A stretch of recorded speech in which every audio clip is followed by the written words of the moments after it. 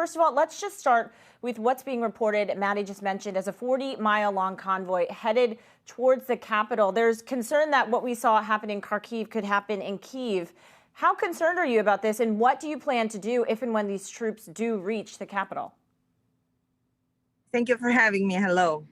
So the city is getting ready. We are getting ready for different scenarios. We're getting ready for a siege if the Russian troops will block entrance and exits from the city. We are getting ready for a massive Air Force attacks in case there will be some. We are getting ready for Russian troops getting in from different angles and from different directions. So the capital is right now being stronger than ever. We have kept strong as a country for 6 days when Russia didn't have a major win or major victory that Putin could report to his country saying, this is why I started the war. So I'm right now in the car in Kyiv going around these entrances and exits and checking for the troops that they are ready for everything, and that everybody is aligned on what are we going to do in case if the breakthrough could happen. Well, we're going to get to your specific involvement in that fight, Kira, but I just want to ask you about your work in Parliament as well, because Ukraine asked for a no-fly zone, and you were a big advocate of that, of course, but it was not granted. Instead, we saw more sanctions from around the globe. How frustrated are you about that reaction?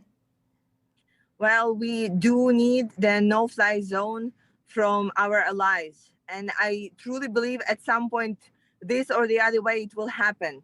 Because there is no way Ukraine can build a force that will be helping us to dominate in the air, like in the nearest future. And you have seen the shelling from the Russian Air Force that has been attacking our cities. At some point, it will be a question of win or lose in this war, that if we are getting or not getting the no-fly zone. And we are fighting not only for Ukraine, we are fighting being as a shield for the whole Europe, because you heard what Putin said, that Ukraine's number one, but then goes Poland, then goes Balkan countries, that he wants to take over too. So Ukraine's nation being more united than ever before, armed forces, and being super organized, and being able to resist Putin and all his large army, like I think the largest army in the world right now, for 6 days. We know that the only help that we need right now in terms of military is the no-fly zone on our skies, so that we could be able to fight Russian troops in the land, which we have been doing very well right now. It's 4,000 Russian soldiers killed over the last 6 days, more than Russia lost in Afghanistan. What do you think, Kira, could really have an impact in the short term? I mean, you mentioned the no-fly zone, as Maddie mentioned, that has been a little off the table. What then could potentially make Vladimir Putin and his troops turn around? Well, obviously, it's destabilization of the situation inside Russia. And this is what we aim for, and this is what, honestly, the sanctions are for. So yesterday was the first day when the sanctions started working. It was the first banking day, working day, when Russians realized that their credit cards are not working, that some of their banking accounts are freezed, that they cannot access their money. Putin's nearest circle and oligarchs learned that their children have to come back from Miami and London back to the beautiful places of Russia and stay there. So it all creates this tension, it all creates this uncertainty and raising questions to Putin inside Russia. And this is where we hope he will start concentrating on figuring out the internal situation rather than forcing his troops over Ukraine. He is raising the stakes. He's trying to get at least 1 or 2 major victories so he can show off and say, hey, look at this. This is why I started it. However, I think what he is getting right now is more and more frustration here, there, because all large Ukrainian cities are standing still, are fighting back, right, and he's losing everywhere. Right, putting up quite a fight there. I want to get to President Zelensky, who had some words about this morning. Let's listen in. We have proven our strength. We have proven that, as at a minimum, We are exactly the same as you are. So do prove that you are with us. Do prove that you will not let us go.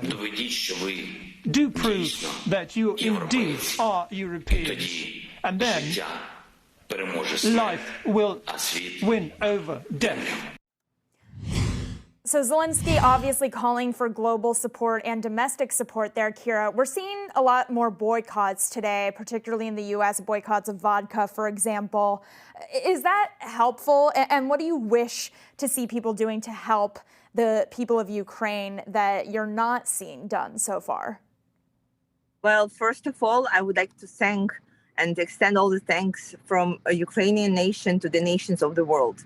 We did indeed get tremendous support, unbelievable love sent over, unbelievable aids, financial, military, economical, political support from nations from the whole world, from places where we have never been, but who still send their strong being with Ukraine.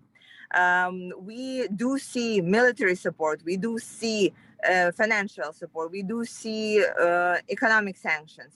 What we would need aside of the no-fly zone is what President Zelensky said is we want to get into EU right now. We think it's exactly the right time and the stride that our country can do.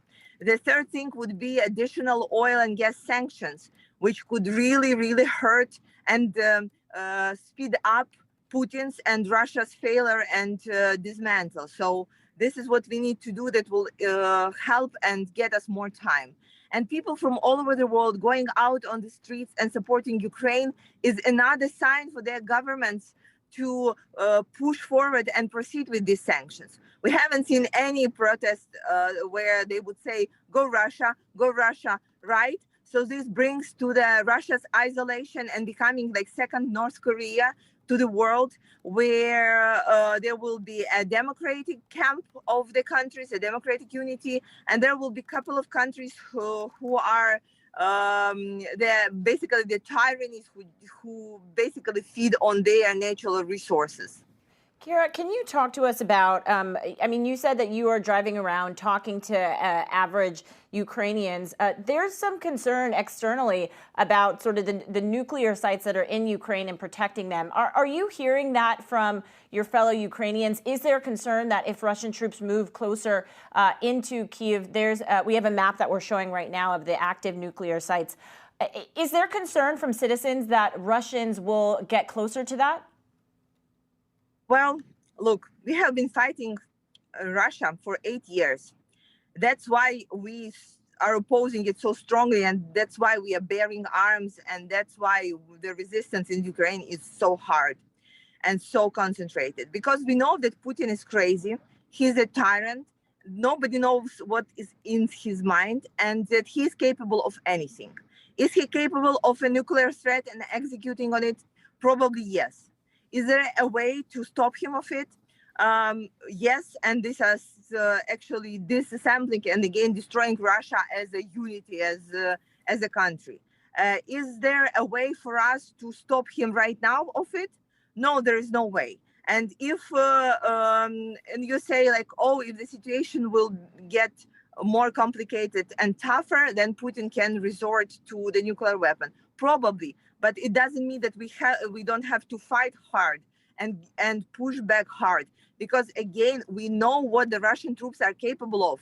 We had these we had them on the east of our country, and that's why every man and woman and of Ukraine know that there is no way we are letting them into our cities. There's just Kira, no way. I want to pick up on that fight because I know that you've joined it. We've talked a lot about men 18 to 60 being called to fight for Ukraine, but you weren't necessarily required to, and you did join the Ukrainian Civil Defense Force, and we have a photo of you right there on that. I mean, what are you seeing from the women in Ukraine who are aiming to help and join this fight, women like you? Women of Ukraine really do want to stand up shoulder to shoulder with their men and do everything necessary to protect our homes, our families, our cities, and our country. Because we again, do know very well what Russian soldiers bring. We look at our children and we look at them that they are already reacting to the sound of sirens about Air Force attack, and they go on the ground. We teach our toddlers to show their blood type with the amount of fingers like this. And this is terrible. This makes me so angry that there will be a new generation in Ukraine who would know what the war is. And this is something that will never be fixed. And this is something that Putin will have to pay for. But right now, we will be fighting for our country. We will be fighting for our freedom. And we will be fighting for our values and the way of life.